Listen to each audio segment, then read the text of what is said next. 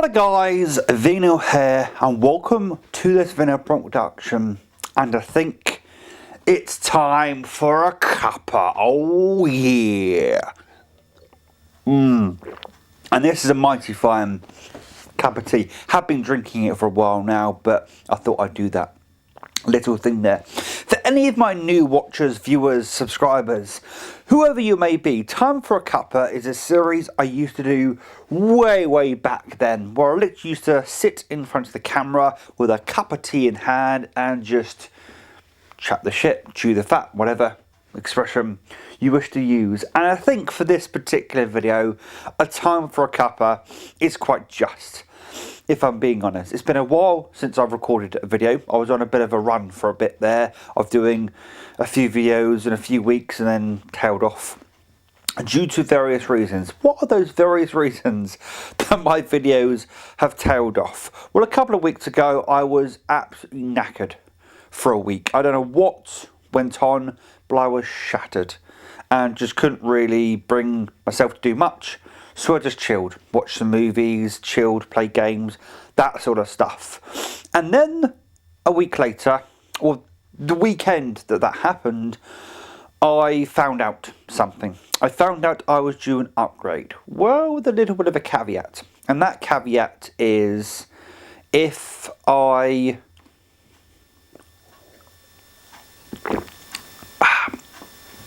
The caveat being that if I spend some money, I can get a upgrade, essentially. So that's exactly what I did.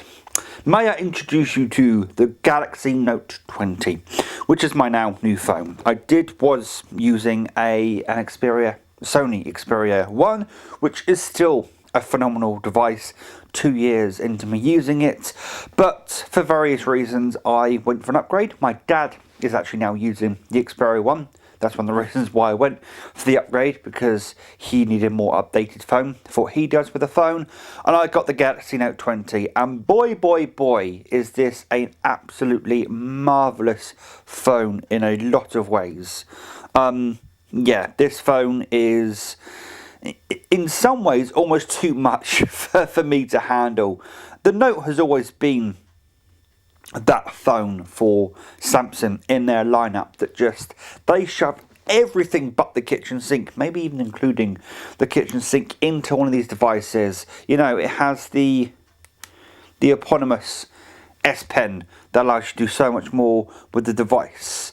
Some people think it's just a nifty addition, just a cute little gadget that you get with it. For some people, this is a major production tool that they can use with their handset. Obviously, if you're into art, you can use that to do art. There are various things that you can do using the S Pen. For me, at the moment, it is just a bit of a gimmick. I get it out so I can't quite tap with my finger if an icon or something is a bit too small for my potentially sausage fingers comparative to the screen. I get the S Pen out so I can actually do some finer control. If you're editing a video on a device, the S Pen really does come into its own in terms of actually, you know, getting in and being able to manipulate what it is you want to do on the screen. But in terms of just a general phone, bloody hell, Samsung, the screen is beautiful. The Xperia has a 4K screen on it that goes into 4K mode in particular scenarios. When you're watching Netflix, Amazon, when any 4K content is shown, the rest of the time it's being shown at 1080p. This, I've currently got it in 1080p mode because you need it for the 120Hz refresh rate. And it looks, even comparative to when I'm watching something in 4K mode on the Xperia versus even 1080p mode on this, it still looks far better in my opinion. I don't know what the technology behind the screen is. I'm not that geeky or that into the specs. I know what screen Samsung have shoved on this, but boy, the colour production, the vibrancy of it. I was there last night on Discord speaking to friends, and I'm like, bloody hell, my screen's quite bright. So I need to turn down the brightness. Only to find out the brightness is literally just off the bottom, essentially. So it was already almost to the dimmest it could be. and I'm there going, bloody hell, this is bright. The cameras on the back, what can I say about them? One of them was 108 megapixels, which is ludicrous. Phenomenal. It takes phenomenal pictures. Night mode is sensational, and it's some voodoo magic that I don't understand. Obviously, if I was to delve into the technology aspects behind it, I'd understand it, but how it can take a perfectly visible picture in a pitch black room, I will never understand. To be completely honest, there's a couple of pictures I've taken in a completely, and I do mean completely, pitch black room, and it has taken, you know, a perfect, I won't say perfect pitch, but it's perfectly visible. And I just realised I think I still have some of the plastic on here from when I unboxed it a week ago. Anyway, I'll sort that out after the video. There is a video coming at some point dedicated to this thing, as I'm sure you can imagine. I just need to get my head around some of the, you know, more minute aspects of it and get back to you. But yeah, phenomenal phone. So as part of me giving the Xperia 1 to my dad, he gave me his old phone, which I then 2 days later went down to CX and sold. In fact, I sold it for a voucher.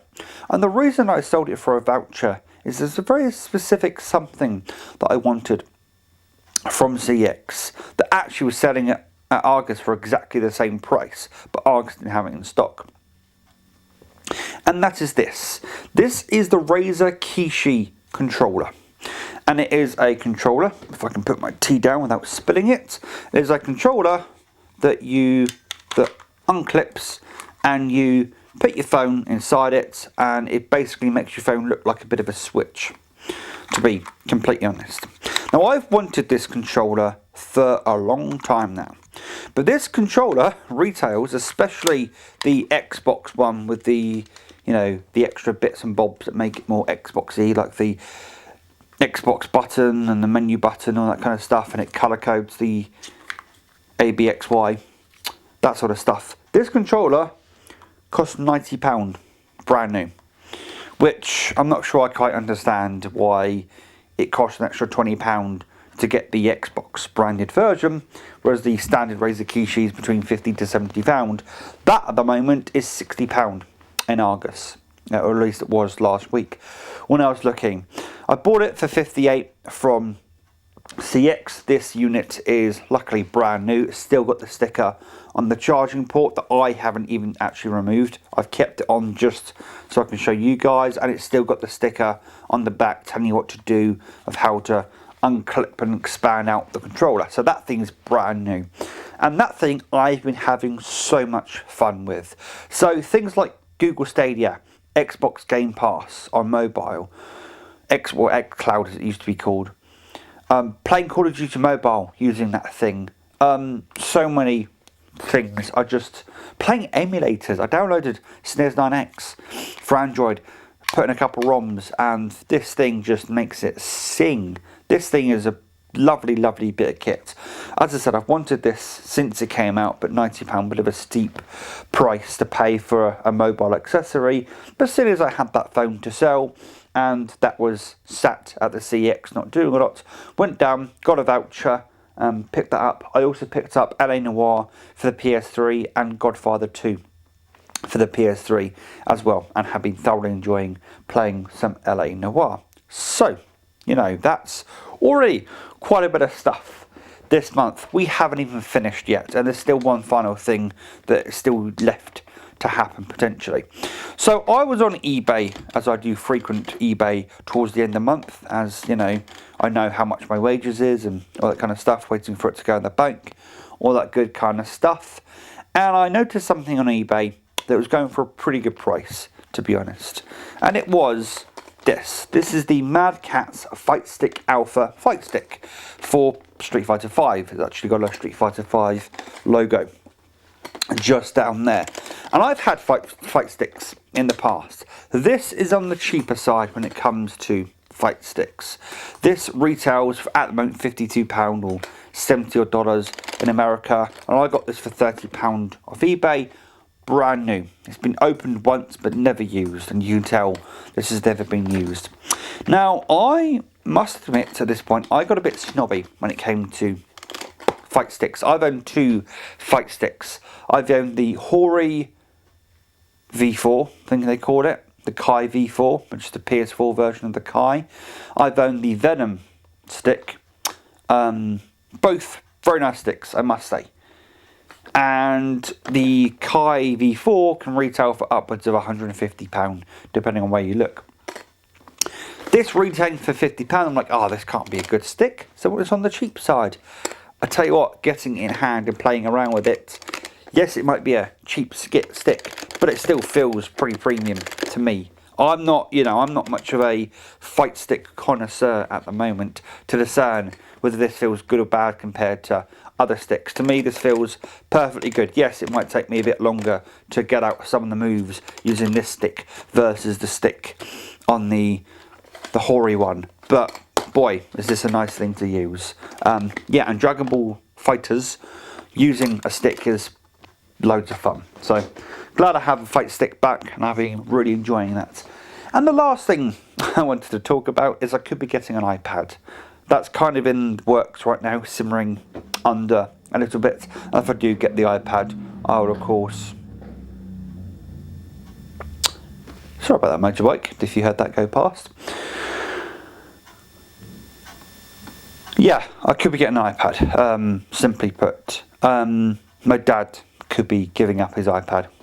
He doesn't know yet, still thinking about it, but if he does, I'll let you know and go from there, basically.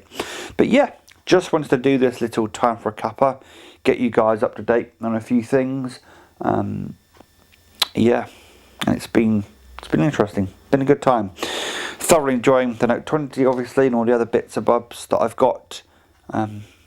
Yeah, I'm going to go back and chill out and whatnot. Need to pop out in a bit. But yeah, hopefully you guys are keeping yourselves very safe and good, calm, all those different things. And I'll see you in the next video. Ta-ra, guys.